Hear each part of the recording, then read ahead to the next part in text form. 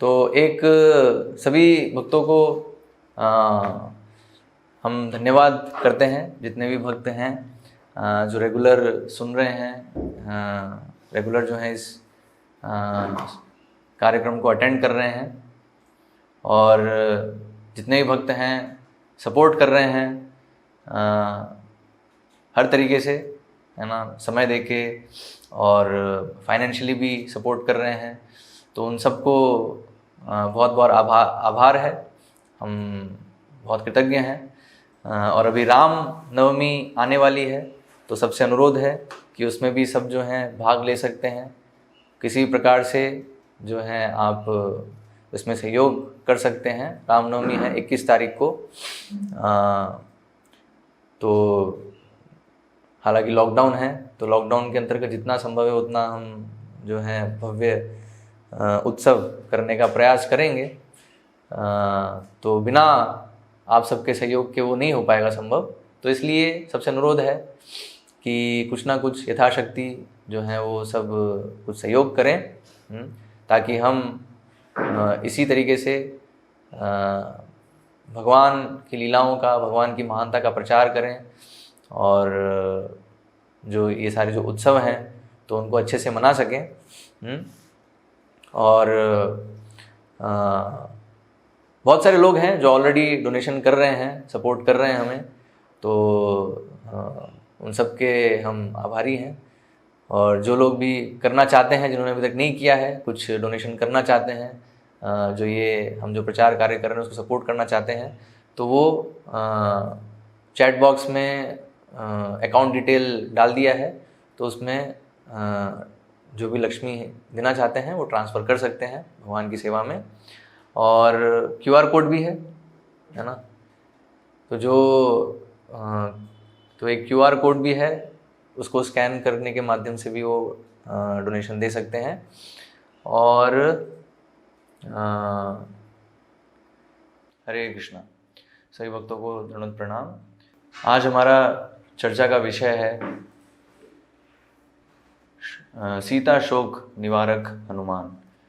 तो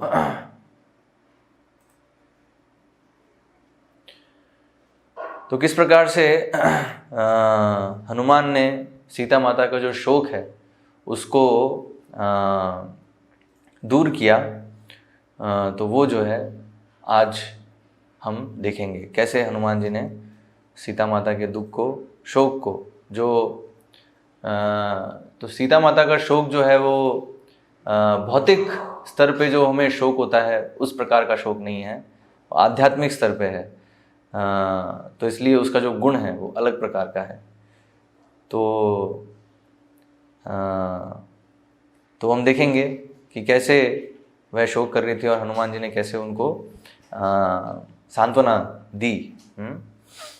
तो कल हमने देखा था कि हनुमान जी सीता माता का पता लगा चुके हैं, और अशोक वृक्ष के शिखर पर बैठकर जो है वो उनको देखते रहे। फिर उसके बाद क्या हुआ, तो वाद्य यंत्रों सहित अपना यशोगान करने वाले भाटों को सुनकर रावण प्रभात होने से पूर्व ही जाग गया। तो रावण क्या है, तो रात को नशे में सोया हुआ था, जैसा हनुमान जी ने देखा था कल। तो लेकिन सुबह होने से पहले ही वह जाग गया, और उठते ही वह सीता के विषय में सोचने लगा, क्योंकि वह उनके प्रति अपनी आसक्ति को नियंत्रित करने में असमर्थ था। विदेह की राजकुमारी के प्रति अपनी इंद्रिय लालसा को नियंत्रित करने में असमर्थ रावण 100 सुंदरियों के साथ अशोक वाटिका की ओर चल पड़ा। तो सुबह उठते ही वो सीता को देखने के लिए चल पड़ा 100 सुंदरियों के साथ, और उन सबके हाथ में, उन सब स्त्रियों के हाथ में स्वर्ण दीपक, चांवर, गद्दे, जल और अन्य सामग्रियां उनके हाथ में थी।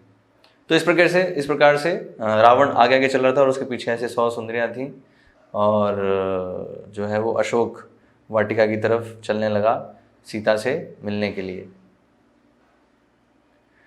और यहाँ वर्णन है कि पूर्व रात्रि के नशे के कारण अभी भी रावण जो चलते चलते डगमगा रहा था, नशे में था अभी भी।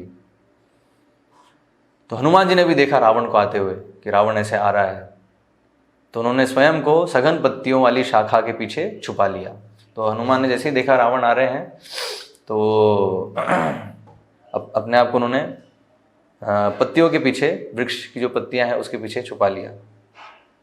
और सीता ने जैसे ही रावण को आते देखा तो उन्होंने यथासंभव अपना तन ढक लिया और कांपते हुए विलाप करने लगी। नीचे भूमि पर बैठी वह किसी समुद्री तूफान में फंसी दुर्लभ नाव की भांति हिल रही थी।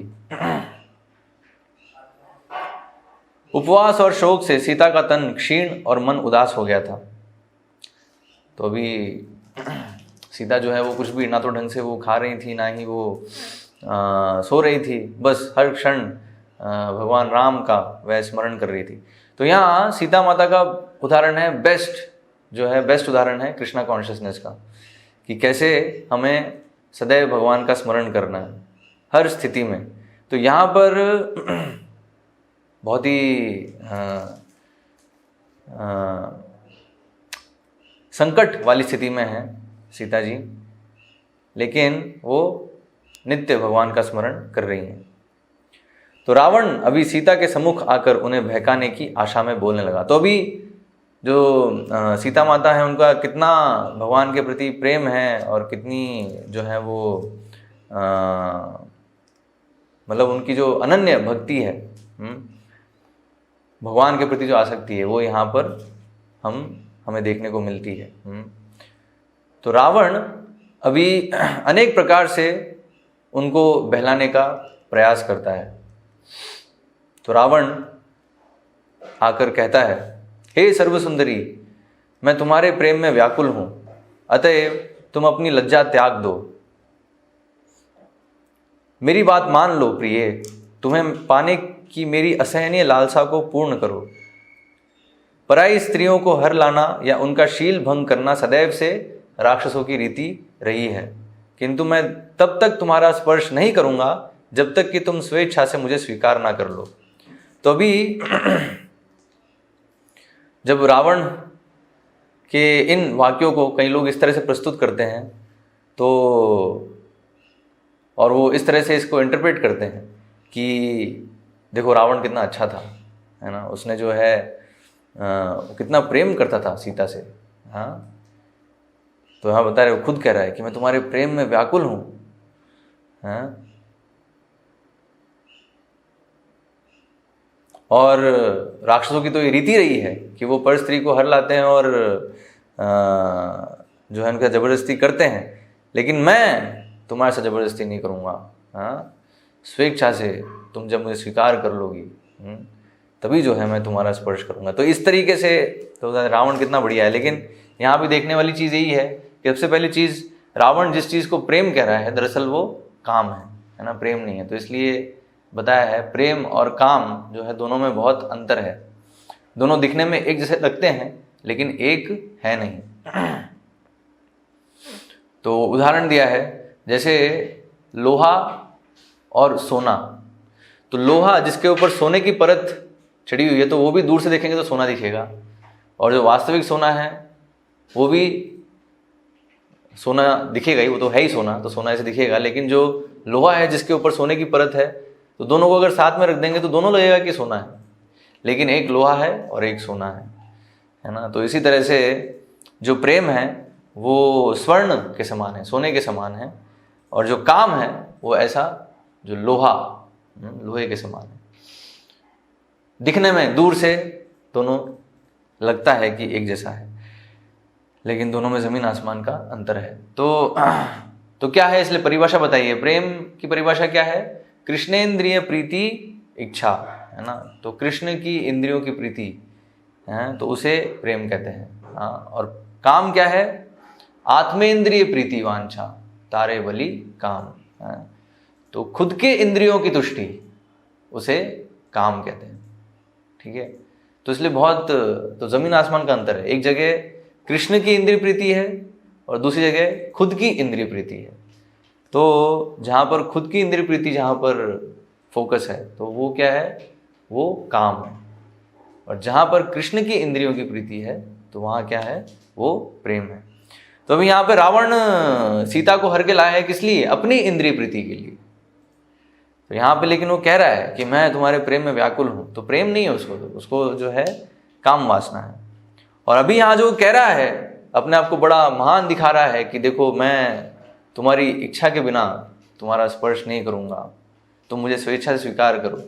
तो यहाँ पे वो बता नहीं रहा है, लेकिन आगे आएगा ये कि एक एक्चुअली युद्धकांड में वर्णन आएगा। युद्धकांड में एक जो मंत्री होता है रावण का, वो पूछता है रावण से कि आपको कौन रोक सकता है, आप सीता के साथ जबरदस्ती भी कर सकते हैं, क्या दिक्कत है? तब रावण जो है बताते हैं ये जो है एक रहस्य की बात है, तो जो तुम लोगों को मैंने आज तक कभी बताई नहीं, लेकिन अभी मुझे बतानी पड़ेगी। तो रावण फिर बताता है कि कैसे उसे शाप मिला होता है कि अगर किसी भी स्त्री के साथ उसने जबरदस्ती करी तो उसका सर जो है वो टुकड़ों में फट जाएगा, अर्थात उसकी मृत्यु हो जाएगी तुरंत। तो जब से उसको शाप लगा तो तब से जो है वो जबरदस्ती नहीं करता था। वो हर एक स्त्री को जो है ऐसे उठा के लाता था और उनको अपना वैभव दिखा के, जैसे अभी यहाँ पर अभी वो सीता को मनाने का प्रयास कर रहा है, इसी प्रकार से उन स्त्रियों को वो बहला फुसला के उनकी फिर इच्छा से जो है उनका भोग करता था। तो अभी सीता के साथ भी वही प्रयास कर रहा था वो। तो ये कह रहा है रावण, हे सुंदरी, तुम आसन रहित भूमि पर क्यों बैठी हो? तुमने मैले वस्त्र क्यों धारण किए हैं और क्यों अकारण उपवास करती हो? तो रावण को समझ, रावण सोचा कि तुम ऐसे क्यों हो, तुम अपने केशों की एक चोटी क्यों बनाती हो और निरंतर क्या चिंतन करती रहती हो? तुम्हारे समान चित्ताकर्षक राजकुमारी को ऐसा व्यवहार शोभा नहीं देता है, मेरी रानी बन जाओ। तो रावण कह रहा है ये सब उचित नहीं है तुम्हारे लिए, तुम क्यों ऐसे कष्ट ले रही हो? तुम मेरी रानी बन जाओ तो तुम्हें राजोचित वैभव का आनंद मिलेगा, जिसकी समता तीनों लोकों में भी नहीं है। तुम्हें सर्वोत्तम हार, चंदन का लेप, इत्र और आभूषण मिलेंगे, खाने के लिए उत्तम भोजन, पीने के लिए सुस्वादु पेय एवं विश्राम करने के लिए बहुमूल्य शैया मिलेगी, और तुम संगीत, गान तथा नृत्य का आनंद उठा सकती हो, है ना। तो रावण देखिए यहाँ पे कितने प्रलोभन दे रहा है। तो हम देखते हैं, हम जब भक्ति में हैं, खासकर जब साधक अवस्था में हैं, तो हमें भी इस प्रकार से बहुत सारे प्रलोभन मिलते हैं। माया देवी हमें प्रलोभन देती है, जैसे यहाँ है ना कि तुम्हें जो है उत्तम भोजन, पीने के लिए सुस्वादु पेय एवं विश्राम करने के लिए बहुमूल्य शैया, और संगीत, गान, नृत्य, इन सब का आनंद उठाना, अर्थात भोग और ऐश्वर्य का जो जीवन है, तो उसकी जो लालसा है, उसका जो एक प्रकार से प्रलोभन है, वो हमें हर वक्त माया देवी देती रहती है। तो इसलिए बताया, जो भक्त है, जिसकी आसक्ति भगवान से है, तो वो इन सब प्रलोभन में नहीं पड़ता है। लेकिन जिसकी आसक्ति है ही नहीं भगवान में, है ना, जो इन सब चीज़ों से आसक्त है, जो रावण जैसे हैं, रावण के अनुयायी जैसे हैं, तो वो इन सब चीज़ों में ही लगे रहते हैं, अर्थात अपने इंद्रियों की तुष्टि में ही वो लोग लगे रहते हैं। तो यहाँ पर रावण भी जो है सीता को इस तरह से प्रलोभन दे रहा है कि तुम क्यों इतना कष्ट ले रही हो, मेरी बस रानी बन जाओ तो तुम्हें ऐसा भोग और ऐश्वर्य मिलेगा जो तीनों लोकों में कहीं भी प्राप्त नहीं है। हे सर्वश्रेष्ठ सुंदरी, युवावस्था शीघ्र ही ढल जाती है, अतः तुम्हारा हठ करना मूर्खता है। तो ये कुछ ऐसा लगता है ना, जो लोग बोलते हैं, जब कोई युवावस्था में अगर भगवान की सेवा में समर्पित होता है, तो बहुत सारे लोग ये चीज़ बोलते हैं कि युवा अवस्था जो है वो तो भोग के लिए है, और जो ये भगवान का नाम जप करना है और ये सब जो चीज़ें हैं, जो भी आध्यात्म की चीज़ें हैं, वो सब वृद्ध अवस्था के लिए। तो इसलिए तो युवा अवस्था है, कुछ समय के लिए है, तो उसमें जितना हो सके उतना भोग करना चाहिए। बाकी जब वृद्ध अवस्था आएगी तो भगवान का नाम तो तब ले ही लेंगे, क्योंकि तब उस समय भोग तो कर नहीं पाएंगे। तो इस तरीके से जो रावण जैसे लोग हैं, तो वो उनके वचन ऐसे ही होते हैं, है ना। तो वो युवा अवस्था जो है उसमें अधिक से अधिक भोग करना चाहते हैं और सोचते हैं कि वृद्धावस्था में भक्ति करेंगे, लेकिन वो होता नहीं। वृद्धावस्था में भी फिर वो भोग करने का ही प्रयास करते हैं। अतः तुम्हारा हट करना मूर्खता है। तो कह रहा है तो तुम मूर्ख हो। जैसे हम देखते हैं नहीं, जो भौतिकतावादी लोग हैं तो वो जब भक्तों की तपस्या, भक्तों का जो वैराग्य है उसको जब देखते हैं तो, और वो जब देखते हैं कि भक्तों ने जो है जितने भी इंद्रिय भोग की वस्तुएं उसको त्याग दिया है, तो वो भी ये सोचते हैं कि मूर्खता है। कैसी मूर्खता है कि जो भक्त है वो अवैध स्त्री संग नहीं करता है, मांसाहार नहीं करता है, नशा नहीं करता है, जुआ नहीं करता है, जबकि रावण और रावण के अनुयायी सब इसी चीज़ों में लगे हुए हैं। जैसा हमने देखा था कल, हनुमान ने जब रावण की निजी कक्षों में देखा तो क्या है, सब मदिरापान कर रहे हैं और नशे में हैं पूरी तरह से, और काम वासना को तृप्त करने में लगे हुए हैं। तो इस तरह का ही दृश्य पूरा हनुमान जी ने देखा था कल। तो रावण और रावण जैसे लोग जो हैं और उसके अनुयायी हैं, तो उनको इसी चीज़ों में मजा आता है। और वो देखते हैं कि भक्त जो हैं वो ये चीज़ नहीं कर रहे हैं, तो उनको लगता है तो मूर्खता है। तो यहाँ रावण जो है वो सीता माता के कष्ट को, उनका जो अभी जो एक तरह से वो तपस्या कर रही है ना, वो क्योंकि पति के साथ नहीं है वो, तो इसलिए उन भोग विलास के बारे में सोच भी नहीं सकती हैं। तो अभी वो जो हैं भगवान से अलग होने के कारण एक विप्रलंब भाव में जो है भगवान का स्मरण कर रहे हैं, और उस तरह से भगवान से वो कनेक्टेड हैं, लेकिन अभी विप्रलंब भाव है ना, भगवान से एक प्रकार से दूरी है, लेकिन वो दूरी में भी भगवान का स्मरण जो है वो तीव्र, बहुत ही तीव्र स्मरण है, और उसके कारण वो किसी प्रकार का जो भोग विलास है उसके बारे में वो सोच ही नहीं सकते हैं। तो रावण को समझ में नहीं आ रहा। रावण सोच रहा है कि देखो मेरा इतना ऐश्वर्य है तो इसको स्वीकार करो, और ये जो अपनी जो मूर्खता पूर्ण जो व्यवहार है उसको छोड़ो। तो आगे रावण कह रहा है, तुम्हारा मुख चंद्रमा से भी अधिक उज्जवल और सबसे अधिक सुंदर है, तथा तुम्हारे शरीर की रचना किसी निपुण कलाकार की कला की पराकाष्ठा है। तुम मेरी प्रियतमा बन जाओ, बदले में तुम्हारी प्रसन्नता के लिए मैं कुछ भी करने को तैयार हूँ। तो देखो रावण अभी ये इस तरीके से प्रस्ताव दे रहा है कि देखो बस मेरा प्रस्ताव स्वीकार कर लो, मैं कुछ भी करूँगा तुम्हारे लिए। तुम चाहो तो मैं सारी पृथ्वी जीत कर उपहार स्वरूप तुम्हारे पिता राजा जनक को भेंट कर सकता हूँ। मुझे ललकारने का साहस कौन कर सकता है?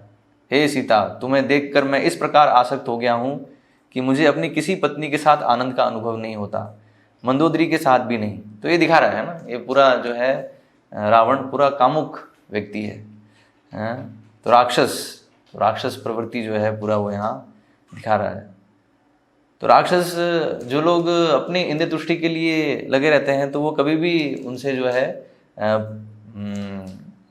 प्रेम की अपेक्षा हम कभी नहीं कर सकते हैं ना, वो इसी प्रकार से कामुक ही रहेंगे। तो हर चीज़ में, खासकर स्त्रियों को वो बिल्कुल अपने काम वासना की तुष्टि का बस एक माध्यम, एक वस्तु समझते हैं। तो यहाँ हम देख रहे हैं रावण जो है वो बोल रहा है कि अब मुझे अपनी जो बाकी जो पत्नियां हैं उनके साथ भी अभी आनंद नहीं आता है, जब से तुम्हें देखा है। तो इस तरीके से ये जो है रावण बिल्कुल एक कामुक व्यक्ति का, मतलब कामुक लोगों में सबसे कामुक हम बोलेंगे तो ये रावण है। तो तुम उस राम की विश्वास पात्र बने रहने का हठ क्यों करती हो जो एक साधारण मानव है। तो अभी रावण बोल रहा है तो वो जो साधारण मानव है ना, उसको तुम छोड़ दो, मैं उसकी तुलना में बहुत महान हूँ। तो रावण कह रहा है मेरी तुलना में मार्ग के एक तिनके के समान है। तो मेरी तुलना में राम कौन है? एक साधारण मनुष्य। तो मुझे राम के जीवित होने में भी संदेह है, यदि जीवित हो भी तो तुम फिर उससे कभी नहीं मिल पाओगी। तो अभी रावण हम देख रहे हैं अलग अलग तरीके से प्रयास कर रहा है सीता को मनाने के लिए। तो ये सारी चीज़ें हैं ना कि कैसे मैं तुमसे बहुत आसक्त हूँ, तुम अगर बस मेरा प्रस्ताव स्वीकार करो तो कुछ भी करने के लिए तैयार हो तुम्हारे लिए, हैं। तो ये हम देख रहे हैं। तो इसलिए स्त्रियों के लिए बहुत ही महत्वपूर्ण शिक्षा है यहाँ पे, कि यहाँ अभी रावण जिस प्रकार से वचन कह रहा है, तो उस प्रकार से कोई भी पुरुष अगर किसी स्त्री से ऐसे वचन कहता है तो तुरंत समझ जाना है कि वो कामुक व्यक्ति है ना, उससे जो है प्रेम की अभिलाषा नहीं कर सकते, ठीक है, वो काम वासना में जो है इस तरह के वचन बोल रहा है। लेकिन हम देखते हैं ये लोग समझ नहीं पाते हैं, शुरुआत में इसलिए लगता है कि बहुत प्रेम है, हाँ? लेकिन वास्तव में वो काम वासना होती है, और इसलिए हम देखते हैं वो जो संबंध है ज़्यादा समय टिकता नहीं है ना। तो इसलिए क्या होता है कि शुरुआत में पहली भेंट में लगता है कि प्रेम है, लेकिन कुछ समय बाद एक दूसरे का चेहरा देखना भी पसंद नहीं करते हैं। तो हम देखते हैं इसलिए ना डाइवोर्स बहुत होते हैं। क्यों? क्योंकि जो आधार है वो प्रेम नहीं है, वो काम वासना है। तो काम वासना अगर आधार है, जो इंद्रिय सुख है वो अगर आधार है, तो वो संबंध कभी भी ज़्यादा समय टिकेगा नहीं। तो इसलिए इस प्रकार से रावण जिस तरह से वचन कह रहा है, ऐसे वचन जो लोग कहते हैं तो उनसे स्त्रियों को दूर रहना चाहिए, है ना। ये स्त्रियों के लिए यहाँ पे एक शिक्षा है कि ऐसे जो कामुक पुरुष हैं तो उनसे दूर रहना चाहिए। सीता ने रावण से प्रत्यक्ष संपर्क करने की अपनी अनिच्छा के संकेत छोड़ो। तो अभी इतना रावण ने कहा, अब सीता माता जो है वो बोलना प्रारंभ करती है। तो रावण और अपने बीच में एक वो तिनके को रख देती हैं, एक तिनका रख देती है, ये दिखाने के लिए कि तुम मेरे नज़दीक मत आओ, हैं। और फिर वह भद्रता पूर्वक बोलती हैं। तो रावण को अभी वो समझा रही हैं सीता माता कि देखो तुम अपना मन मुझसे विमुख करके अपनी पत्नियों के साथ लगाओ। तो रावण ने बोला ना, तुम्हें देखने के बाद अब मुझे अपनी पत्नियों में कोई सुख नहीं मिल रहा है। तो सीता माता बोल रही हैं कि देखो तुम अपनी पत्नियों के साथ ही जो है जितना सुख मिल रहा है उसमें संतुष्ट रहो, तुम मुझे कभी प्राप्त नहीं कर सकोगे। ठीक उसी प्रकार जैसे कि एक पापी मनुष्य पूर्णता को प्राप्त कर पाने में असफल होता है। तो पापी मनुष्य, तो पापी व्यक्ति कहाँ है? वो तो नरक जाने वाला है, तो पूर्णता कहाँ से प्राप्त करेगा? तो इसलिए बताए जैसे एक पापी व्यक्ति अगर सोचे कि मैं जो है उच्च लोकों में चला जाऊं, जो कि संभव नहीं है, तो ठीक उसी प्रकार रावण सोच रहा है कि वो सीता को प्राप्त कर लेगा अपने भोग के लिए, तो वो भी कभी संभव नहीं है। तो यहाँ वह बता रही हैं कि मैं कुलीन परिवार में उत्पन्न हुई थी एवं धार्मिक रीतियों के अनुसार मेरा विवाह हुआ है, तो इसलिए धर्म के नियमों के विरुद्ध कोई कार्य नहीं करूंगी। तो ये बहुत इंपॉर्टेंट शिक्षा है यहाँ पे, है ना। तो धर्म की शिक्षा बहुत ही महत्वपूर्ण है। तो बचपन से जब धर्म की शिक्षा दी जाती है कि धर्म क्या है, अधर्म क्या है, धर्म और अधर्म में भेद करना ये व्यक्ति सीखता है, धार्मिक नियमों को समझता है, तो वह कभी भी उनके विरुद्ध कार्य नहीं करेगा। लेकिन जिसको धर्म के बारे में पता ही नहीं है, तो जाने अनजाने में वो धार्मिक नियमों के विरुद्ध ही कार्य करता है। जैसा कि हम कलयुग में देखते हैं, कलयुग में लोगों को कोई समझ नहीं है धर्म क्या है, अधर्म क्या है। तो इसलिए जो भी वो करते हैं तो वह अधर्म के अंतर्गत ही आता है। तो लेकिन अज्ञान में अधर्मिक कार्य करना, धार्मिक सिद्धांतों को तोड़ना, तो वो कोई एक्सक्यूज नहीं है, उसका परिणाम तो मिलेगा ही। जैसे बताया कि अगर आप सड़क पे चल रहे हैं तो जो सड़क के जो नियम हैं, ट्रैफिक रूल्स हैं, उसको आपको फॉलो करना होगा। अगर आप फॉलो नहीं करेंगे और उसमें अगर आपको पुलिस पकड़ेगी, तो सिग्नल अगर आपने तोड़ा और आपको पुलिस ने पकड़ा, तो आप ये नहीं बोल सकते हो मुझे तो पता ही नहीं था कि सिग्नल, ये रेड सिग्नल का मतलब रुकना होता है, या जो ये सिग्नल इसका मतलब मुझे पता ही नहीं था, रेड सिग्नल मतलब रुकना होता है, मेरे को लगा कि बस चलते रहना है। तो पुलिस क्या बोलेगी, तो तुमने क्यों नहीं पता किया? तुम जब गाड़ी चलाई तो तुम्हारा कर्तव्य है जो ट्रैफिक रूल्स है उसको जानना। तो नहीं जानना ये एक्सक्यूज़ नहीं है। जब आप ट्रैफिक रूल तोड़ोगे, तब जब पुलिस पकड़ेगी तो उस समय आप ये एक्सक्यूज़ नहीं दे सकते कि मेरे को पता ही नहीं था। तो पता नहीं था तो उसका तो और दंड लगेगा, क्यों नहीं पता था तुम्हें। तो इसी प्रकार से मनुष्य जीवन मिला, तो इसलिए धर्म की जो पहचान होनी चाहिए कि धर्म क्या है, अधर्म क्या है, और धार्मिक सिद्धांतों के नियमों का पालन करना अनिवार्य है। तो यहाँ सीता देवी ये बता रही हैं कि मेरा जन्म जो है वो कुलीन परिवार में मैं जो है उत्पन्न हुई थी। जनक महाराज, तो जनक महाराज का वर्णन भगवद गीता में भगवान करते हैं, राजर्षियों में। तो तो ऐसे जो राजर्षियों का जो कुल है उसमें मैं उत्पन्न हुई हूँ, तो मुझे बचपन से सिखाया गया है धर्म और अधर्म क्या है। तो इसलिए तो तुम जो कर रहे हो रावण, ये धार्मिक नियमों के बिल्कुल विरुद्ध है कि तुम एक पर स्त्री और वो भी दूसरे की पत्नी, उसका तुम भोग करना चाहते हो। तो आगे फिर बताती हैं सीता देवी, चूंकि तुम स्वयं को धर्म के मार्ग से च्युत करके नीति के विरुद्ध कार्य कर रहे हो, अतः तुम अपने संपूर्ण राज्य के विनाश का कारण बनोगे। तो यहाँ बता रहे हैं कि जो व्यक्ति ऐसे पर स्त्री का भोग करने का प्रयास करता है तो उसका क्या है, सर्वनाश हो जाता है, उसका वो पूरा नाश के मार्ग पे है। वह मूर्ख जो अपनी पत्नी से असंतुष्ट रहता है और अन्य की पत्नियों में सुख को खोजता है, उसका विनाश निश्चित है। तो ये बहुत महत्वपूर्ण शिक्षा है। जैसे हम देखते हैं अभी रावण का विनाश हो ही जाता है ना, तो क्यों? क्योंकि उसका कारण ये था कि उसने जो है जो दूसरे की पत्नी है उसका जो है भोग करना चाहा। तो इसलिए किसी भी व्यक्ति को ये प्रयास नहीं करना चाहिए, क्योंकि अगर वो ऐसा करेगा तो वो पूरी तरह से नष्ट हो जाएगा, तो उसका विनाश निश्चित है। यहाँ बता रहे हैं, तुम क्यों भले और भद्र मनुष्य के उपदेशों की अवहेलना करते हो। तो यहाँ सीता माता समझा रही है रावण को कि अभी भी संभव है ना। यहाँ वो कह रही हैं, तुम्हारे पास राम के रोष से स्वयं को बचाने का एकमात्र उपाय है ना। अभी भी तुम अपने आप को राम के रोष से बचा सकते हो। क्या है? एक्चुअली यहाँ सीता देवी फिर ये भी कह रही है कि तुमने जो मुझे सब प्रलोभन दिए हैं, मैं तुम्हारे इन तुच्छ वैभव और राजोचित सुविधाओं से कभी आकर्षित नहीं होने वाली। मेरा संबंध राम के साथ वैसा ही है जैसा कि सूर्य का उसकी किरणों के साथ है। अच्छा, अभी ये जो है ये बहुत इंपॉर्टेंट लाइन है। तो यहाँ सीता देवी जो बता रही हैं कि मेरा संबंध राम के साथ कैसा है, जैसा सूर्य का सूर्य के किरणों के साथ है। तो हम देखते हैं श्रीला प्रभुपाद भगवद गीता में, भागवतम में अनेक तात्पर्यों में ये उदाहरण देते हैं हमारा और भगवान का जो संबंध है वो समझाने के लिए, कि दरअसल भगवान सूर्य के समान हैं और हम सब उनके अंश हैं। तो हम सब क्या हैं? वो सूर्य के जो कण हैं, जो सूर्य की जो किरणें हैं।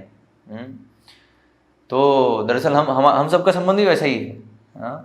हम सब भगवान के अंश हैं, तो भगवान सूर्य के समान हैं और हम उनकी जो हैं किरणें हैं, उनके अंश हैं।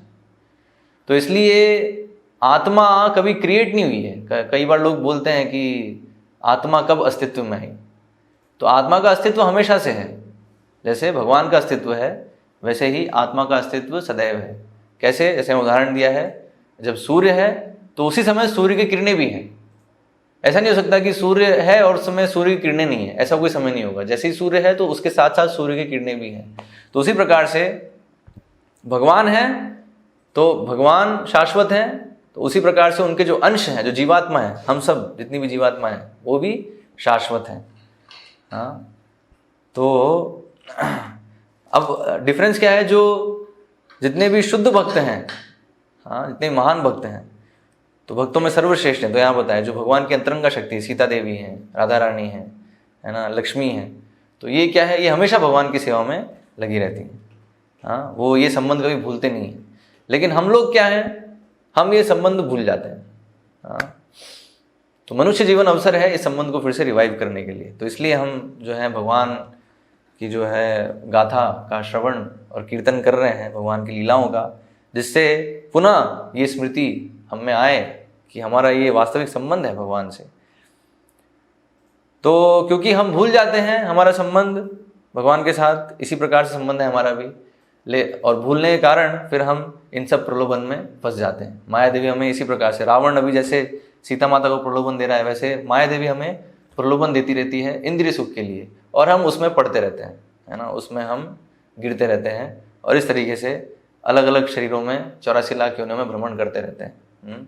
तो जब ये सीता माता के जैसे हम दृढ़ होंगे भक्ति में कि नहीं, जितने भी प्रलोभन हैं उसको हम ना कह सके और भगवान की सेवा को हाँ कह सके, तो प्रभुपाद इसलिए बताते हैं you have to become yes man. तो हमें यस मैन बनना है। किसका? हमें भगवान का और भगवान के भक्तों का यस मैन बनना है। अर्थात भगवान जो भी कह रहे हैं, और भक्त जो हैं वही भगवान के शब्दों को रिपीट कर रहे हैं, तो उसको हमें यथारूप पालन करना है, यस बोलना है, उसमें ना नहीं करना है। ना किसको करना है? जो भी हमारा मन जो भी कह रहा है ना। तो मन हमारा ऐसे ही जितने भी प्रलोभन होते हैं उसमें फंस जाता है। हाँ, तो मन को ना कहना जो है सीखना होगा। जैसे यहाँ पे भी सीता माता रावण को ना कह रही है, तो उस प्रकार से मन को भी हमें ना करना सीखना होगा। तो तुम्हें तो अभी यहाँ फिर सीता देवी बता रही है फिर आगे कि देखो तुम्हारी जो इच्छा हो तो कभी पूरी नहीं हो सकती, क्योंकि मेरा संबंध राम के साथ बिल्कुल वैसा जैसे सूर्य की किरणों के साथ, तो वो कभी अलग नहीं हो सकते, हमेशा साथ में। तो तुम्हारे पास अभी बस एक अवसर है राम के क्रोध से बचने का, कि तुम अभी स्वेच्छा से मुझे उनके पास छोड़ दो और उनसे मैत्री का प्रयास करो, क्योंकि राम जो है शरणागत के प्रति बहुत कृपालु हैं। और अगर ऐसा नहीं किया तो बहुत जल्दी ही राम और लक्ष्मण आके अपने बाणों से तुम्हारा जीवन समाप्त कर देंगे। तुम भले ही इंद्र के वज्र से स्वयं को बचा लो, किंतु राम के क्रोध से तुम नहीं बच सकते। यह केवल समय पर निर्भर है कि वह अब आकर तुम्हारे नीच कर्मों के लिए तुम्हारा वध करेंगे। तो भी रावण ने जब ये सब सुना तो रावण को बहुत क्रोध आ गया, क्योंकि रावण जिसको बहुत तुच्छ समझ रहा है, एक तो उसका सीता माता जो है गुणगान कर रही हैं, और जो रावण का प्रस्ताव है उसको मना कर रही हैं। तो दोनों पूरा जो है, तो रावण जिस अपेक्षा से है वो पूरा उसका उल्टा हो रहा है। तो अभी रावण फिर कटाक्ष करता है। अभी रावण क्या कहता है? अभी रावण के ये शब्द सुन के भी कोई बोलेगा कि देखो रावण को कितना प्रेम था। तो अभी रावण यहाँ क्या बोलता है? सामान्यतः जब कोई पुरुष किसी स्त्री के साथ विनय पूर्वक वार्तालाप करता है तब स्त्री भी सहमति से उत्तर देती है, किंतु तुम्हारे विषय में यह विपरीत ज्ञात होता है। तुम्हारे इन कटु वचनों के लिए मुझे तुम्हारा वध कर देना चाहिए।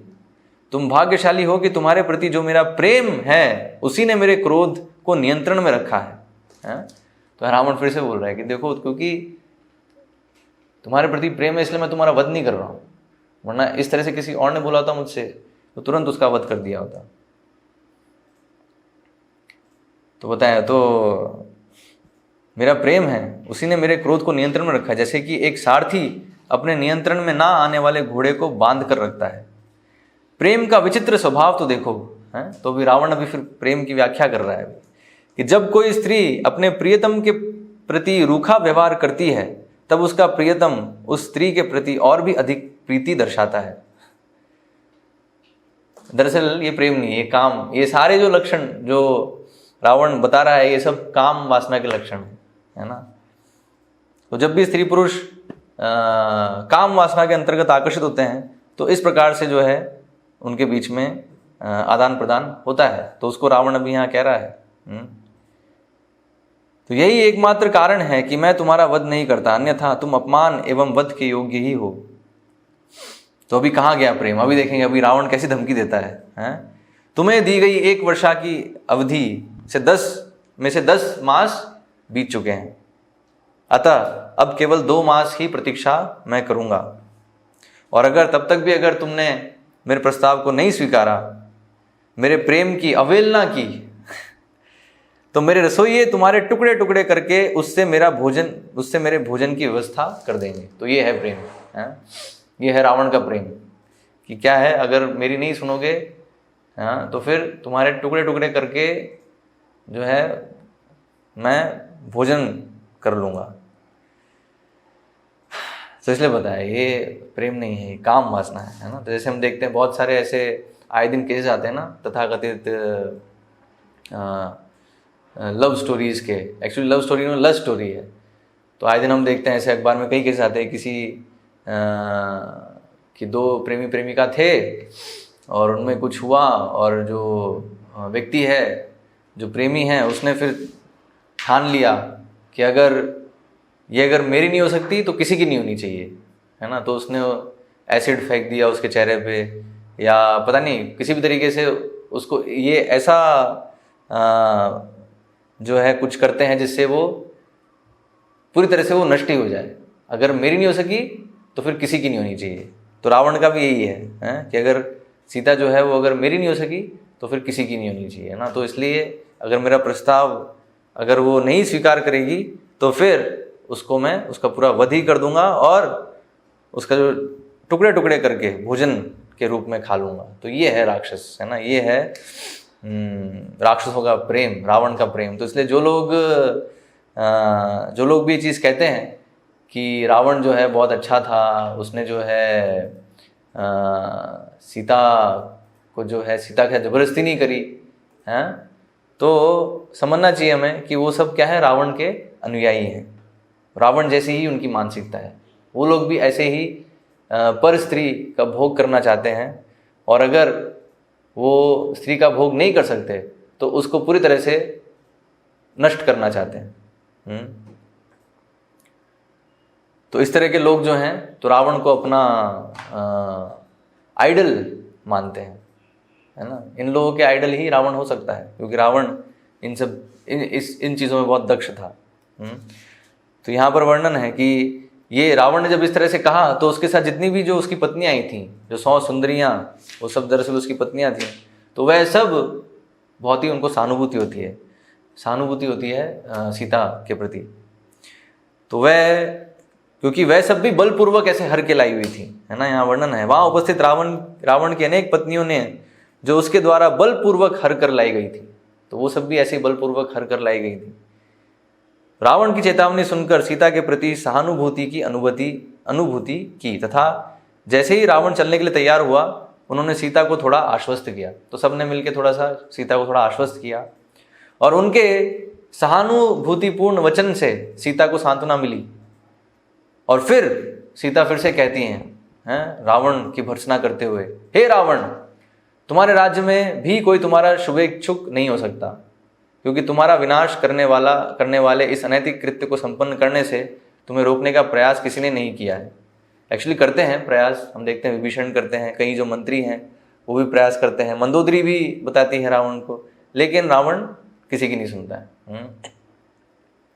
तो अभी यहाँ सीता देवी कह रही है कि तुम्हारा विनाश तो निश्चित है, और तुम जो अब यहाँ सीता देवी यहाँ बता रही है, तुमने जो कहा कि राम जो है तुच्छ मनुष्य हैं, तुम्हारे सामने वे क्या हैं, तो अभी सीता देवी बताती है कि राम वास्तव में कौन है। तो राम एक शक्तिशाली गजराज हैं, और तुम मात्र एक छोटे शशक के समान हो। तुम केवल राम की अनुपस्थिति में ही ऊंचे स्वर में बोल सकते हो। मैं अपनी योगिक शक्ति का उपयोग करके तुम्हें तुरंत भस्म कर सकती हूँ, किंतु मैंने ऐसा करने से स्वयं को रोक रखा है, क्योंकि राम ने मुझे ऐसा करने की आज्ञा नहीं दी है।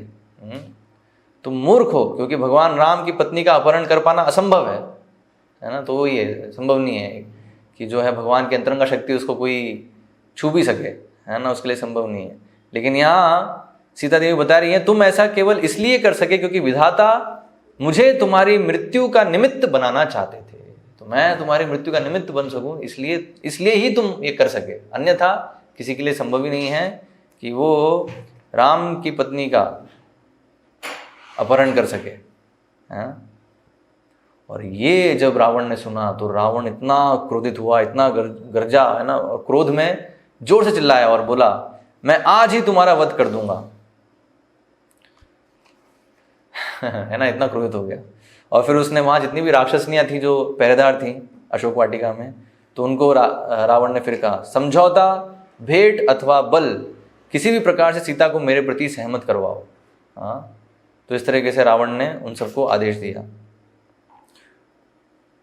और रावण फिर धमकाते हुए इस प्रकार सीता की ओर मुड़ा कि ऐसा प्रतीत होने लगा कि वह किसी भी क्षण हिंसक हो जाएगा। तो ये जब देखा तो जो मंदोदरी और बाकी जो उनकी रावण की जो पत्नियां थीं, तो वह सब आके रावण को थोड़ा रोकती हैं और बोलते, अरे, है ना, आप क्यों जो हैं इन सब चीज़ों में पड़ रहे हैं। तो यहाँ मंदोदरी कहती है, आप महल में लौटकर हमारे साथ आनंद लें, इस कांतिहीन और दुर्बल सीता को भूल जाएं।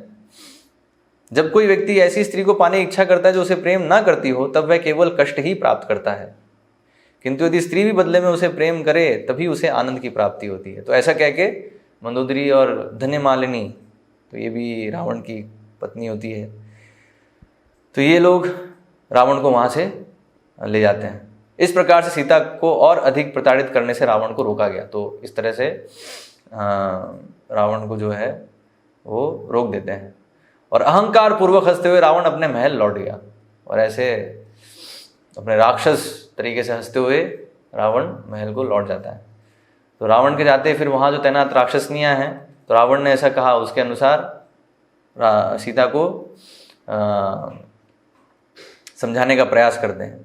तो एक राक्षसनी कहती है कि देखो रावण कितना महान है, तुम्हें पता है, भगवान ब्रह्मा के मानस पुत्र पुलस्त्य थे और उनके मानस पुत्र विश्रवा ऋषि थे। और रावण जो है वो विश्रवा ऋषि के ही पुत्र हैं, तो तुम देखो उनका जन्म कितना महान है, तो ये सोचकर तुम जो है उन्हें स्वीकार कर लो। फिर दूसरी राक्षसनी कहती है तुम बिल्कुल मूर्ख हो हैं कि तुम रावण का पत्नी बनने से जो है अस्वीकार कर रहे हो। क्या तुम्हें पता नहीं है कि रावण की आज्ञा से वृक्ष पुष्प वर्षा करते हैं और मेघ मूसलाधार वर्षा करते हैं। रावण को प्रसन्न करने पर सूर्य चमकना और वायु प्रवाहित होना छोड़ देती है। तो भी रावण का गुणगान कर रहे हैं। और फिर वो बोल रहे हैं हे मधुर मुस्कान वाली देवी, तो हे सीता देवी, या तो हमारा परामर्श मानो अथवा भयानक मृत्यु का सामना करो। तो इस तरीके से वो लोग सीता को मनाने का प्रयास करते हैं। लेकिन सीता जो है वो उत्तर देती हैं तुम चाहो तो मेरा वध कर दो, किंतु मैं स्वयं को रावण को समर्पित नहीं करूंगी। और ये कहने के बाद फिर जो बाकी जितने भी तो राक्षसनियाँ हैं वो सीता माता को फिर धमकाने का प्रयास करती हैं, और कैसे कि आज ही हम तुम्हारा वध कर देंगे और तुम्हारा भक्षण करेंगे, इस तरीके से वह सब बात करने लगते हैं। और ये सब सुन के सीता फिर और दुखी हो जाती हैं। वो कहती हैं अपने से कि राम मेरी रक्षा के लिए क्यों नहीं आते, संभवतः उन्हें ज्ञात ही नहीं कि मैं कहाँ हूँ। तो ये हम देख रहे हैं, ये दरअसल विप्रलंब भाव में जो है सीता जो है राम का स्मरण कर रही हैं। तो इस समय जो त्रिजटा है वो आती है, जब ऐसे राक्षस ने सब धमका रही होती हैं सीता माता को, तो त्रिजटा नाम की एक वृद्ध स्त्री होती है, तो वो नींद से जाकर आती है, नींद से जागकर वो आती है और वो सब राक्षसों को रोकती है और वो कहती है अरे नीच, तुम सब सीता को इस प्रकार दुख देने का साहस कैसे कर रही हो, तुम सब कभी उनका वध नहीं कर सकती हो, मैं इसका कारण तुम्हें बताती हूँ। तो कारण क्या बताती है वो कि मैंने अभी एक स्वप्न देखा। तो स्वप्न में क्या देखा मैंने कि राम सभी राक्षसों का नाश करके सीता को मुक्त करवाने आए हैं। तो अभी स्वप्न में त्रिजटा जो है कई जो है शगुन देखती है, जिसका जो अर्थ है तो वो ये समझती हैं कि दरअसल सीता को मुक्त कराने के लिए राम और लक्ष्मण वो जो हैं आएंगे और राक्षसों का संहार करेंगे। क्योंकि स्वप्न में वो देखती हैं कि राम लक्ष्मण और सीता जो हैं वो बहुत ही अच्छी अवस्था में है। तो यहाँ वर्णन है कि वो श्वेत वस्त्र धारण किए हुए हैं, आकाश मार्ग में जा रहे हैं, दिव्य रथ में सवार हैं, है ना। तो इस तरीके से शुभ लक्षण उनके दिख रहे हैं। और रावण जो है वो शरीर पर लाल चंदन का लेप लगाए हुए है और गधों द्वारा खींचे जाने वाले रथ पर सवार है और तेल पी रहा है और हंस रहा है, मानो पागल के जैसे हंस रहा है। और फिर नरक की ओर उसका रथ जो है जा रहा है, नरक की ओर जाके वहाँ अदृश्य हो रहा है। तो इस तरीके से जो ये त्रिजटा नाम की जो राक्षसनी है, तो उसने ये स्वप्न देखा। और दरअसल इस स्वप्न में जो दिखता है तो शगुन शास्त्र के अंदर ये आता है ना। शगुन मतलब कुछ लक्षण दिखते हैं, उससे हम जान सकते हैं भविष्य में क्या हो रहा है। ज्योतिष का ही एक भाग है। तो रामायण में, महाभारत में, श्रीमद् भागवतम में, पुराणों में इसकी बहुत सारी जो है वर्णन हमें मिलता है कि कैसे स्वप्न में जो दिखता है तो उसका जो वास्तविकता में उसका क्या इम्प्लीकेशन है, वास्तविकता में उसका क्या अर्थ है, क्या होने वाला है, ये वो दिखाता है। तो यहाँ पर जो त्रिजटा ने जो स्वप्न में देखा तो उससे ये दिख गया, ये पता लग गया कि भविष्य में आने वाले ही निकट भविष्य में रावण जो है उसका नाश होने वाला है और सीता जो है वो फिर से अपने पति से मिल जाएंगी। इस तरीके से ये जो है ये शगुन शास्त्र का ये भाग है। तो फिर वह कहती है, तो मुझे ऐसा लगता है कि शीघ्र ही राम आकर राक्षसों का विनाश करेंगे और सीता को मुक्त करवाएंगे। अब सीता को प्रताड़ित करना छोड़ दो और क्षमा हेतु उनसे प्रार्थना करो। और जब त्रिजटा ये कहना रोकती है तो फिर सीता को जो है फिर मंगल शगुन दिखाई देते हैं। तो ये भी है ना, जैसे यहाँ उनकी जो है बाईं आँख बाईं भां जो है फड़कने लगती है। तो स्त्रियों के लिए बताया, अगर बाईं तरफ के जो अंग हैं वो अगर फड़कने लगते हैं तो वो मंगल शगुन है स्त्रियों के लिए, और पुरुषों के लिए उल्टा है। अगर बायां भाग अगर फड़क रहा है कोई भी तो फिर अपशगुन है पुरुष के लिए।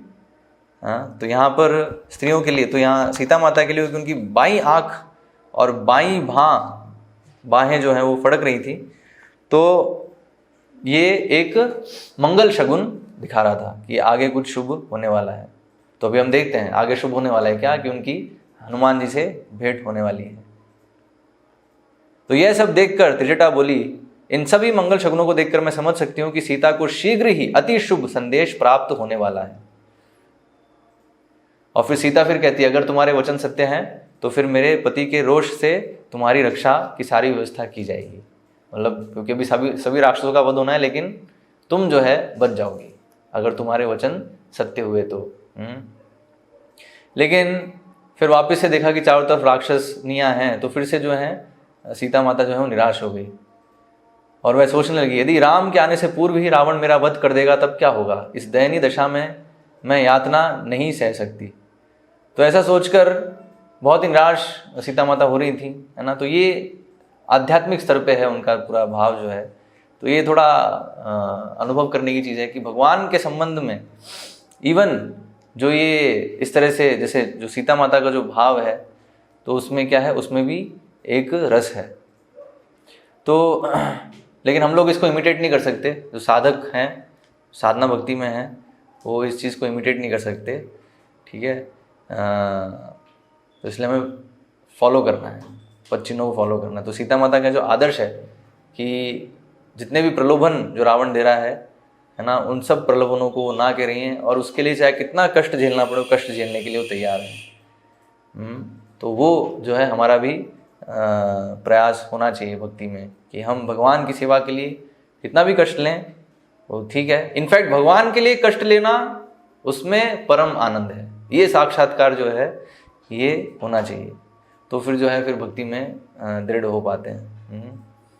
तो यहाँ सीता माता जो इतना सारा कष्ट ले रही हैं, तो क्यों? क्योंकि वह भगवान का स्मरण करके उसमें उनको आनंद मिल रहा है। तो हालांकि वो निराश हो रही हैं, लेकिन कुछ ही क्षण में उनको फिर से मंगल शगुन का अनुभव हुआ और उनका मन प्रसन्न हो गया। तो अभी ये सब जो है हनुमान जी भी वहाँ वृक्ष के ऊपर से देख रहे थे ये सब होता हुआ, और फिर वो सोचने लगे कि अब मैं कैसे जाऊँ, कैसे मिलूँ अभी सीता से। तो ये है ना, यहाँ अभी हनुमान जी का जो बुद्धि विवेक है वो यहाँ पर वो दिखा रहे हैं।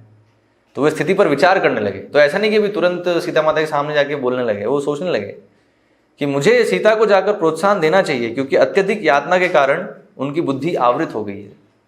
मुझे किसी भी प्रकार से उनके भय का शमन करके राम के पास लौटकर जाने से पहले उन्हें आशान्वित करना होगा। वस्तुतः वे इतनी निराश हैं कि किसी भी क्षण अपने प्राणों को त्याग सकती हैं, किंतु इन राक्षसनियों के सामने मैं उनसे कैसे कुछ कह पाऊंगा। कोई बात नहीं, किसी प्रकार मुझे ये करना ही है।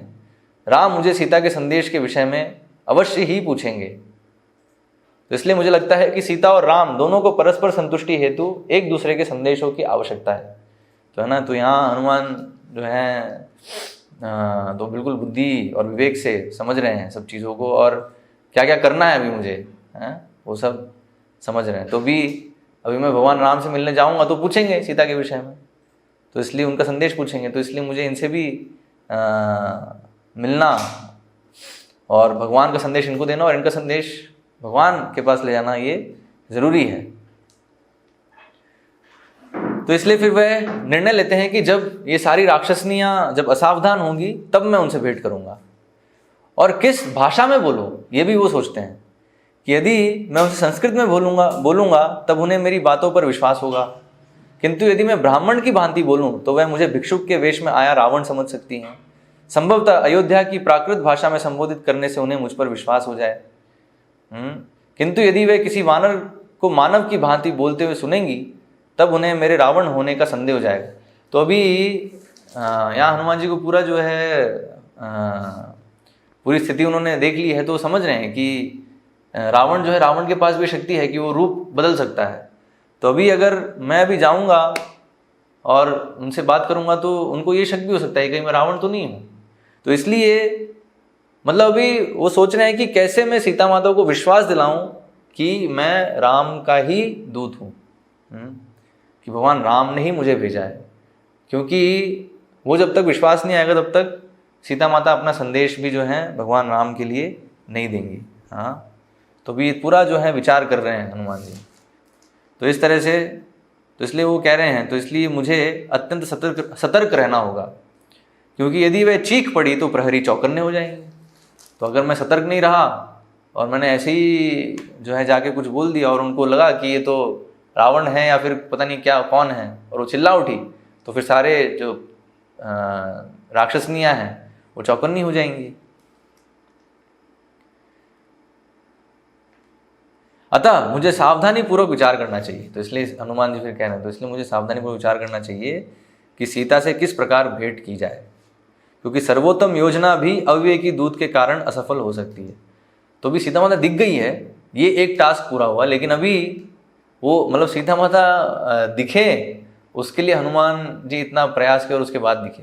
अभी दिखने के बाद उनसे अभी बात करनी है, उनसे भेंट करनी है, तो भी उसके लिए भी वो सावधानी पूर्वक विचार कर रहे हैं कि उसमें मतलब कोई गड़बड़ नहीं हो जाए। तो इस तरह से सब विचारों को सोच के, भली भांति विचार करके हनुमान ने फिर दृढ़ता पूर्वक निर्णय लिया। क्या निर्णय लिया? कि सीता का विश्वास प्राप्त करने के लिए सर्वप्रथम मैं राम का गुणगान करूंगा और तब मैं उन्हें राम का संदेश सुनाऊंगा। तो यही है, तो पहले मैं सीता माता का जो विश्वास है उसे पहले प्राप्त करूं और फिर उन्हें राम का संदेश सुनाऊंगा। तो विश्वास कैसे प्राप्त करूंगा? कि पहले मैं राम का गुणगान करता हूं उनके सामने। तो इस तरह से अशोक वृक्ष पर बैठे बैठे हनुमान जो है वो गाते हैं, है ना, भगवान राम का गुणगान जो है वह गाते हैं। तो हनुमान जी क्या कहते हैं, मतलब वही भगवान राम के प्राकट्य से लेके अभी हनुमान के यहाँ आने तक की जितनी घटना है, तो वो एक काव्यात्मक भाषा में उसको सुनाते हैं। तो हनुमान जी कहते हैं, इक्ष्वाकु वंश की संतति राजा दशरथ नाम था उनका, न्याय परायण तथा पराक्रमी थे ओजस्वी अयोध्या के शासक। 4 पुत्र हुए बलशाली, था राम से स्नेह अपार, शक्ति जिनकी है अनंत, श्री विष्णु के मानव अवतार। कैकेयी को वरदान मिला, राम चले वन को, सीता और लक्ष्मण सहित शीश धरे पितृ वचन को। किया राम ने असुरों का अंत, जिनसे थे आतंकित सारे ऋषिगण। मृग रूप धरे मारीच संग, हर ले गया सीता को दुष्ट रावण। सीता की खोज करते हुए सुग्रीव मिले राम को, दक्षिण दिशा की ओर में भेजा मुझ हनुमान को। मैंने पार किए अनेक पर्वत, फिर लांघा एक महासागर, खोज खोज कर अंततः सफल हुआ यहाँ आकर। आएंगे राम अवश्य प्रिय पत्नी को ले जाने, 2 संदेश पति प्राण रक्षा हेतु, जिसे मैं जाऊं उन्हें सुनाने। तो इस तरीके से हनुमान ने एक गीत जो है वो गाया और फिर हनुमान फिर शांत हुए। तो सीता फिर देखी ये कहाँ से आई है आवाज़, हाँ? तो वृक्ष की ओर देखकर वो ध्वनि के उद्गम को ढूंढने लगी और उन्होंने देखा ऊपर, तो हनुमान दिखे उन्हें, हाँ? और हनुमान को देखकर सीता माता को क्या लगा कि वो स्वप्न देख रही हैं और फिर वो कहती है, वानर को स्वप्न में देखना अशुभ होता है। ऐसा फिर जो है शकुन शास्त्र के अनुसार सीता माता ने थोड़ा जो है इसको निष्कर्ष निकाला कि ओ ये वानर दिखा है तो ये सत्य है या स्वप्न है। मुझे तो लग रहा है स्वप्न है, और स्वप्न में वानर को देखना है तो अशुभ होता है। और फिर सीता ने फिर मंद स्वर में स्वयं से कहा, परिवेदना से थककर सीता करुण क्रंदन करने लगी और अकस्मात ही मूर्छित हो गई। और चेतना आने पर फिर सोचने लगी कि ये मैंने कैसा दुस्वप्न देखा है, हैं? और वो कहती हैं कि अब मुझे प्रार्थना करनी चाहिए कि राम और लक्ष्मण जो हैं उनके कल्याण के लिए प्रार्थना करनी चाहिए किंतु ये स्वप्न कैसे हो सकता है? हो सकता है कि मैं राम के वियोग से उत्पन्न इस शोक की ऐसी दशा में एक क्षण भी नहीं सो सकती हूँ, है ना, तो मैं सो ही नहीं सकती हूँ, मैं तो हर समय राम का ही स्मरण कर रही हूँ, तो यह स्वप्न नहीं किंतु कोई भ्रम होगा। तो अभी सीता माता सोच रही कि नहीं, ये स्वप्न नहीं है, लगता है कोई भ्रम है। लेकिन जिस वानर को मैंने देखा वह काल्पनिक होगा, क्योंकि जहां भी मैं देखती हूँ तो मुझे राम ही दिखाई देते हैं, मुझे और तो कुछ दिखता ही नहीं, हर जगह राम ही दिखते हैं, तो ये वानर कैसे दिख गया मुझे? और मेरे कान केवल उनकी आवाज सुनते हैं, मेरा मन राम के सिवाय और कुछ भी विचार नहीं करता। तो वह वानर इतना वास्तविक प्रतीत होता था। तो सीता माता कह रही है लेकिन ये वानर तो बहुत वास्तविक लग रहा था कि विश्वास नहीं होता कि वो कोई भ्रम है। तो फिर वह सीता माता जो है भगवान ब्रह्मा, इंद्र, सूर्य और वायु से प्रार्थना करती हैं कि ये सब कृपा करें कि वह वानर वास्तविक हो और राम के विषय में कहे उसके वचन मेरा सौभाग्य लेकर आए हूँ। तो इस तरीके से सीता जो है वो सोचने लगी, है ना, जब उन्होंने हनुमान के मुख से भगवान राम का गुणगान सुना तो हनुमान को देख के उन्हें विश्वास नहीं होने लगा कि कोई भ्रम है या स्वप्न है। लेकिन फिर थोड़े समय बाद वृक्ष पर बैठे अपने गुप्त स्थान से उतरकर हनुमान नीचे आकर हाथ जोड़े हुए सीता के सम्मुख खड़े हुए और पूछा, आप कौन हैं? आप किसी देवी के समान लगती हैं और मुझे लगता है कि आप अवश्य ही राम की पत्नी हैं। तो राम का नाम सुनते ही सीता जो है वो प्रसन्न हो गई और हनुमान के प्रश्नों के उत्तर में उन्होंने अपनी समूची जीवन गाथा कह सुनाई। तो पूरा जो है तो मतलब अभी यहाँ पर सीता को क्या है, पूरा विश्वास आ गया और उन्होंने पूरा अपना जो है कहानी कह सुनाया। अंत में उन्होंने कहा, रावण ने मुझे जीवित रहने के लिए अब केवल 2 मास का समय दिया है, यदि उसके पहले राम यहाँ नहीं आते हैं तो मैं अपने प्राण त्याग दूंगी। फिर हनुमान को लगा कि अभी उनका विश्वास प्राप्त कर लिया है, तो फिर हनुमान फिर कहते हैं कि मैं राम का दूत हूँ और आपको विश्वास दिलाता हूँ कि वह कुशल हैं। राम ने मुझे यहाँ आपका पता लगाने के लिए भेजा है, आपकी कुशलता के संबंध में वह अत्यंत व्याकुल हैं। तो ये सुन के सीता और हर्षित हो उठी और अपार प्रसन्नता के साथ वे दोनों एक दूसरे से वार्तालाप करने लगे। तो ऐसे लेकिन वार्तालाप करते करते क्या है, हनुमान थोड़ा सा निकट आने लगे सीता के, और ये देखकर सीता को अकस्मात अचानक ऐसा लगा, ओ कहीं ये रावण तो नहीं है ना, जो वानर का वेश बनाकर आया है। तो वही तो जो हनुमान जी ने सोचा था कि जो ऐसा हो सकता है कि वो मुझे रावण समझे, तो वो ऐसा हो ही गया। हाँ, क्योंकि रावण भी जो है कोई भी रूप बदल सकता है। तो सीता को भी लगा कि ये जो वानर है, लग रहा है ये रावण है। तो सीता जो है वो और दुखी हो जाती है, बोलती है, हाय यह कितना घृणित है कि मैं तुमसे बात करने में चली गई हूँ। और फिर वो हनुमान को डांटने लगती है।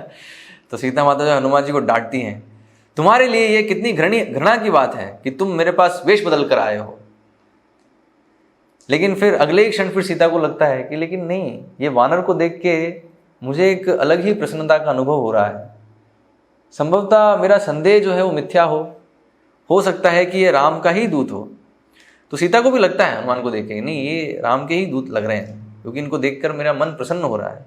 हाँ, तो फिर सीता ने पुनः हनुमान को अनुकूल शैली में संबोधित किया। तो बस एक बार थोड़ा डांटा, लेकिन फिर तुरंत सीता माता फिर संभल गई और फिर अभी हनुमान से कहती हैं कि कृपया मुझे राम के विषय में कुछ बताओ, कुछ और बताओ। उनके विषय में तुम्हारा विवरण मेरे कर्णों और चित्त को हर्षित कर रहा है। तो अभी सीता माता जो है और थोड़ा विश्वास चाहती हैं, वो और थोड़ा कंफर्म करना चाहती हैं कि ये राम के ही दूत हैं। तो इसलिए वे कहती हैं कि ठीक है, राम के विषय में और बताओ मुझे। हाँ, तो फिर यहाँ हनुमान जो है वो और जो है राम और लक्ष्मण का गुणगान करते हैं।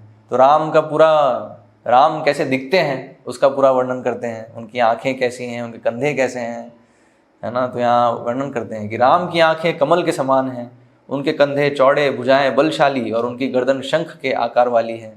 उनके नेत्र ताम्रवर्णी हैं और उनका स्वर नगाड़े की ध्वनि के समान गंभीर है। उनका सीना, उनकी कलाई और उनकी मुष्टि, ये 3 स्थल विस्तृत एवं दृढ़ हैं। तो इस तरीके से पूरा भगवान राम का जो सौंदर्य है उसका हनुमान यहाँ वर्णन करते हैं। फिर उसके बाद लक्ष्मण के सौंदर्य का भी वर्णन करते हैं कि लक्ष्मण का सौंदर्य भी असीम है। हाँ? लक्ष्मण का वर्ण सुनहरा है जबकि राम का श्याम वर्ण है। मैं इन दोनों भाइयों से ऋषिमुख पर्वत पर मिला था। तो क्योंकि सीता जी पूछती ना कि तुम कैसे मिले इनसे, वो बताओ। पहले तो राम और लक्ष्मण के विषय में बताओ, और है ना, मुख्यतः राम के विषय में सीता माता कहती हैं कि कृपया मुझे राम के विषय में कुछ और बताओ, और तुम उनसे कैसे मिले वो भी वो पूछती हैं। क्योंकि सीता माता को ये भी संदेह होता है कि कैसे एक वानर जो है इतना सागर पार करके कैसे आ सकता है। हाँ, तो ये तो ऐसा लग रहा है, बहुत संभावना लग रही है कि रावण ही है जो वेश बदल कर यहाँ आया है। तो हनुमान समझ गए इस चीज़ को, तो इसलिए फिर सीता माता उनसे और पूछती हैं कि कृपया तुम बताओ कि राम से तुम्हारी भेंट कैसे हुई, साथ ही साथ विस्तार से राम एवं लक्ष्मण की शारीरिक आकृति का वर्णन भी करो। तो ये जब सीता माता हनुमान जी को कहती हैं तो हनुमान जी फिर ऐसे भगवान के सौंदर्य का वर्णन करते हैं और लक्ष्मण के सौंदर्य का भी वर्णन करते हैं, और फिर कैसे वो राम लक्ष्मण से मिले उसका भी वह वर्णन करते हैं। और फिर अपने विषय में बताते हैं कि मैं शक्तिशाली वानर केसरी का पुत्र हूँ, है ना। तो कैसे जो है मैं केसरी का पुत्र हूँ, और वायुदेव के द्वारा केसरी की पत्नी के गर्भ में मैं आया था। तो वायुदेव मेरे पिता हैं। तो ये जो है अपने बारे में हनुमान जी बताते हैं सीता माता को। और फिर यह सुनने के बाद जो भगवान राम ने जो अंगूठी दी थी हनुमान को, तो वो अंगूठी जो है इस समय हनुमान सीता माता को देते हैं। तो इसी समय हनुमान ने सीता को राम की अंगूठी दी और उसे पहचान कर और भीतर की ओर अपने प्रियतम का नाम अंकित देखकर सीता हर्ष से खिल उठी, मानो वे स्वयं राम के आगमन का अनुभव कर रही हों। तो इस तरीके से जब अंगूठी, राम की अंगूठी जब हनुमान जी ने दी सीता माता को, तो वो बहुत प्रसन्न हो गई और उनको ऐसा लगा मानो राम स्वयं आ गए हों। तो ये है, तो एक्चुअली भगवान और भगवान से संबंधित जो भी चीज़ें हैं वो अलग नहीं हैं। उसमें जैसे हम देखते हैं भगवान का नाम और भगवान में कोई डिफरेंस नहीं है। जैसे हम भगवान का नाम लेते हैं तो भगवान भी उपस्थित हैं, और भगवान से संबंधित जो भी चीज़ें हैं तो वह सब उनका संग करने से हम डायरेक्ट भगवान का संग कर रहे हैं एक्चुअली। जैसे हम देख रहे हैं अभी हम रामायण का पाठ कर रहे हैं, श्रवण कर रहे हैं, तो हम डायरेक्ट भगवान का संग कर रहे हैं एक्चुअली, क्योंकि रामायण भगवान से अभिन्न है। तो जो भी श्रद्धापूर्वक इसका श्रवण करेंगे तो वो इस चीज़ का अनुभव करेंगे कि वह साक्षात भगवान का संग कर रहे हैं। तो सीता देवी को बिल्कुल यही पूरा अनुभव हुआ। तो जो अंगूठी उन्होंने देखी तो लगा कि राम स्वयं आ गए हों, ऐसा उन्हें अनुभव होने लगा। और फिर उन्होंने कहा, हे हनुमान, इस भेंट के लिए मैं सदैव तुम्हारी ऋणी रहूँगी। तुम कितने महिमामयी हो कि यहाँ मेरी सुरक्षा के लिए आए हो। अब कृपा करके मुझे राम के विषय में कुछ और बताओ। तो फिर सीता माता कहते हैं, और बताओ मुझे राम के विषय में, हैं? तो फिर हनुमान फिर कहते हैं, आपका पता ना होने के कारण ही राम आपकी सुरक्षा के लिए यहाँ नहीं आए। आपके बिना राम पूरी तरह से अशांत हैं। जैसे ही मैं लौटकर आपके यहाँ उपस्थित होने की सूचना राम को दूंगा, वह शीघ्र ही रावण का वध करने के लिए निकल पड़ेंगे। फिर सीता फिर निवेदन करती हैं कि तुम राम को परिस्थिति गंभीरता के विषय में सूचित करना, क्योंकि 2 मास पश्चात रावण मेरा वध कर देगा। तो इसलिए जो कुछ करना है वो 2 महीने के अंतर्गत ही करना है, और 2 महीने नहीं, 1 महीना, क्योंकि अब मुझे लगता नहीं अगर 1 महीना और रहेगा तो मैं जीवित नहीं रह पाऊंगी। ऐसा जो है सीता माता जो है निवेदन कर रही हैं हनुमान से। तो जब सीता माता कहती तो हनुमान फिर कहते हैं कि यदि आप चाहें तो आपको अपनी पीठ पर बैठाकर राम के पास में किष्किंधा ले चलूं, अभी ले चलता हूं मैं। मुझे विश्वास है कि सागर पार करते समय राक्षस मेरा मुकाबला नहीं कर पाएंगे। तो हनुमान जी जब देखते हैं कि सीता माता जो है बहुत जो है शोक में हैं, बहुत ही दुख में हैं राम से दूर होने के कारण, तो इसलिए वो फिर ये प्रस्ताव रखते हैं, ठीक है 2 महीना है ना, 2 महीने की जरूरत नहीं है, मैं अभी आपको ले चलता हूँ। तो बहुत अच्छा प्रस्ताव है। हाँ, तो सीता माता जो है वो भी हर्षित हुई। तो उन्होंने फिर कहा, तुम्हारा ये प्रस्ताव वानर सुलभ है। तो सीता माता थोड़ा सा अभी कहते हैं कि ये तो तुम्हारा प्रस्ताव जो है वानर के जैसा है। और वो कहते हैं कि तो अभी ये जब वार्तालाप हो रहा होता है हनुमान जी और सीता माता के मध्य में, तो उस समय हनुमान जो है उनका रूप छोटा होता है, छोटे आकार में होते हैं। तो इसलिए सीता माता यहाँ कहती हैं कि इतने लघु शरीर वाला प्राणी मुझे लेकर सागर पार करने की बात कैसे सोच सकता है। तो पहले तो सीता माता को लगता है कि सागर पार कैसे करेंगे, तो इतना छोटा शरीर है। तो ये सुनकर हनुमान को लगता है कि सीता जो है मुझे बहुत ही तुच्छ समझ रही हैं। तो अपने पराक्रम का प्रदर्शन करने के लिए हनुमान अपनी प्रशंसा करते हुए विशालकाय रूप धारण करते हैं और बोलते हैं, यदि आप चाहें तो मैं पूरी लंका उखाड़ दूं, तब रावण सहित इसे राम के पास ले जाऊं, अतएव कृपया आप मेरे विषय में अपना संदेह त्याग दें। तो जब हनुमान जो अपने पराक्रम के विषय में बताते हैं तो सीता मान लेती हैं। सीता कहती हैं, हाँ तुम निश्चय ही बहुत बलवान हो और मुझे सागर पार करवा सकते हो, किंतु यह युक्ति मुझे इतनी अच्छी नहीं लगी। तो भी क्यों अच्छी नहीं लगी, तो बोलेंगे अरे ये तो इतनी बढ़िया युक्ति थी। तो यहाँ सीता माता बता रही हैं क्या क्या चीज़ें हैं जिसके कारण मुझे तुम्हारी युक्ति अच्छी नहीं लग रही। तो क्या है, यदि तुम्हारे आकाश में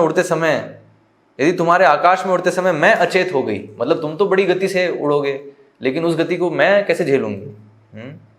जैसे हमने देखा जब हनुमान जब छलांग लगा के आए तो जो वायु है वो बड़ी गति से उनके शरीर से है ना बहुत तेजी से पार हो रही थी, इतनी तेजी से कि जो समुद्र है समुद्र की लहरें बन रही थी। हनुमान जहाँ जहाँ से जा रहे थे उनके पीछे पीछे समुद्र की लहरें ऐसे ऊपर ऊपर खिंच रही थी। तो वो जो गति है उसको मैं कैसे सहन कर पाऊंगी। मैं अगर अचेत हो गई और मगरमच्छ तथा मछलियों से, भयंकर मछलियों से गिरे हुए जो जल हैं उसमें अगर मैं गिर गई तो क्या होगा। और इसके अतिरिक्त यदि राक्षस एकत्रित हो जाएं और तुम पर आक्रमण करें तो तुम्हारा पूरा ध्यान उनके साथ युद्ध करने में रहेगा। हाँ, तब मेरा क्या होगा। यदि तुम सभी राक्षसों का वध कर भी देते हो तो ऐसा करने से राम के यश का ह्रास होगा। तो ये सबसे महत्वपूर्ण कारण है ना। तो सीता जी कह रही हैं कि ठीक है ये सब चीज़ें हैं, लेकिन तुम कहो कि नहीं तुम ध्यान रख लोगे, तुम राक्षसों का वध भी कर दोगे, लेकिन ये जो कार्य है राम को ही करने दो। हाँ, क्योंकि अगर तुम ये चीज़ कर लोगे, तुम कर सकते हो, तुम्हारे में है शक्ति है, लेकिन इससे राम का यशवर्धन नहीं होगा। तो इसलिए राम को ही आने दो मुझे यहाँ से ले जाने के लिए, ताकि वो सभी राक्षसों का वध करें और फिर मुझे यहाँ से ले जाएं। और फिर वह कहती हैं क्योंकि मैं पतिव्रता स्त्री हूँ इसलिए राम के सिवाय किसी अन्य के शरीर को स्पर्श नहीं करना चाहती हूँ। तो ये भी एक पतिव्रता स्त्री के जो हैं लक्षण है कि वो अपने पति के अतिरिक्त और किसी पुरुष का स्पर्श नहीं करेगी। तो वह कहती हैं लेकिन जब रावण मुझे लेके आया था तब मैं असहाय और विवश थी, लेकिन राम को स्वयं यहाँ आकर इस दुष्ट रावण का वध करके मुझे मुक्त करवाना चाहिए। उनके इसी कार्य से उनका यशोवर्धन होगा। तो फिर हनुमान ने फिर कहा, हाँ मैं आपके वचन की सराहना करता हूँ। तो एक पतिव्रता स्त्री, धर्मपरायण पत्नी के अनुरूप ही आपका वचन है। तो ठीक है, तो अब मैं प्रस्थान करना चाहूँगा, कृपया मुझे कुछ चिन्ह दें जिससे मैं राम को विश्वास दिला सकूँ कि मैं आपसे मिलकर आया हूँ। तो अभी वह कुछ चिन्ह मांगते हैं ताकि वो भगवान को बता सकें कि मैं आपसे मिलके आया हूँ, मैं सीता से मिलके आया हूँ।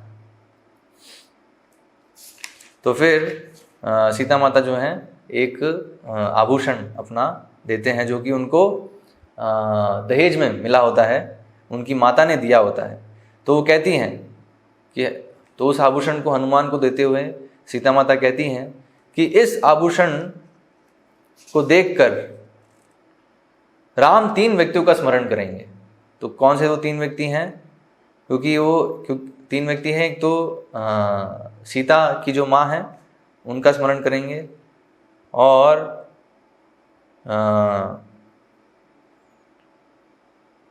क्योंकि यह मुझे मेरी माता ने राम और उनके पिता की उपस्थिति में दहेज की भेंट रूप में दिया था। तो ये देखते ही भगवान राम को 3 लोगों का स्मरण होगा, सीता का और सीता की माता का और उनके पिता का, स्वयं उनके पिता, है ना,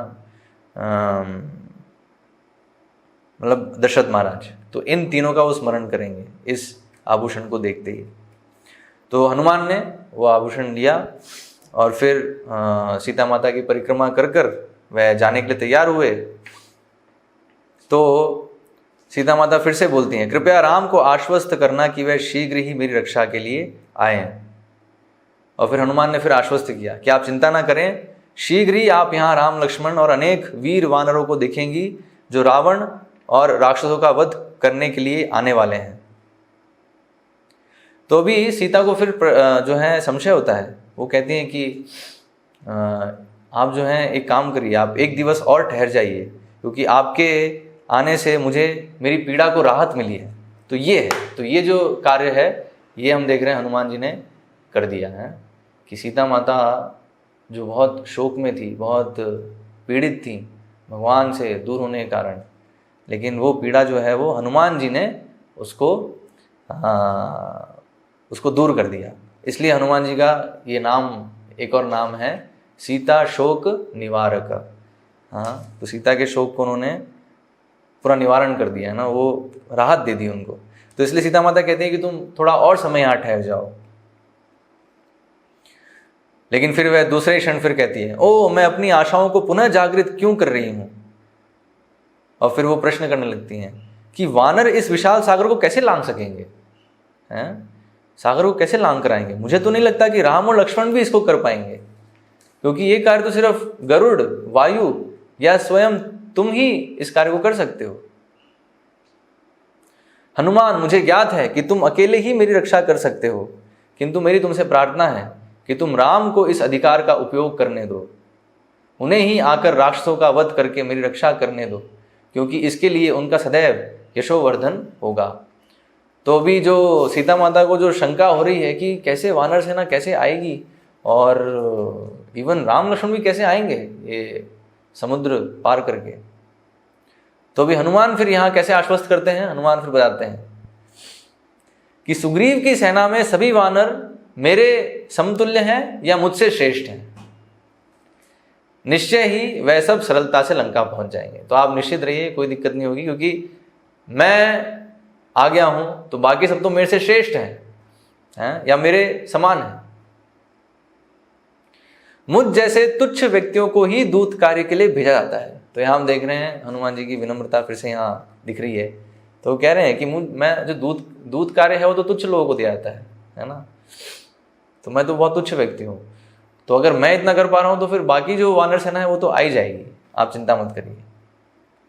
तो इसलिए वे कह रहे हैं, कृपया आप अपनी शंका सदा के लिए त्याग दें, आवश्यक हो तो मैं राम और लक्ष्मण को अपनी पीठ पर बैठाकर सागर पार करवाऊंगा। तो इस तरीके से जो है उन्होंने सीता माता को पूरा आश्वस्त किया।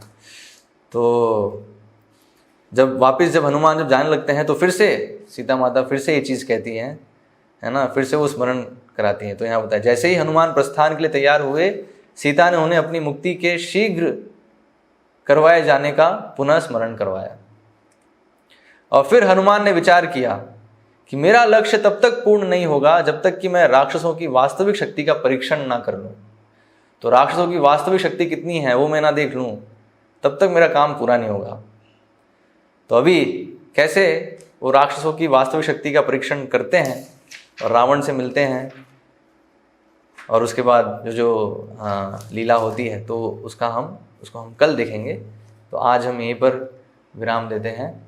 हरे कृष्णा।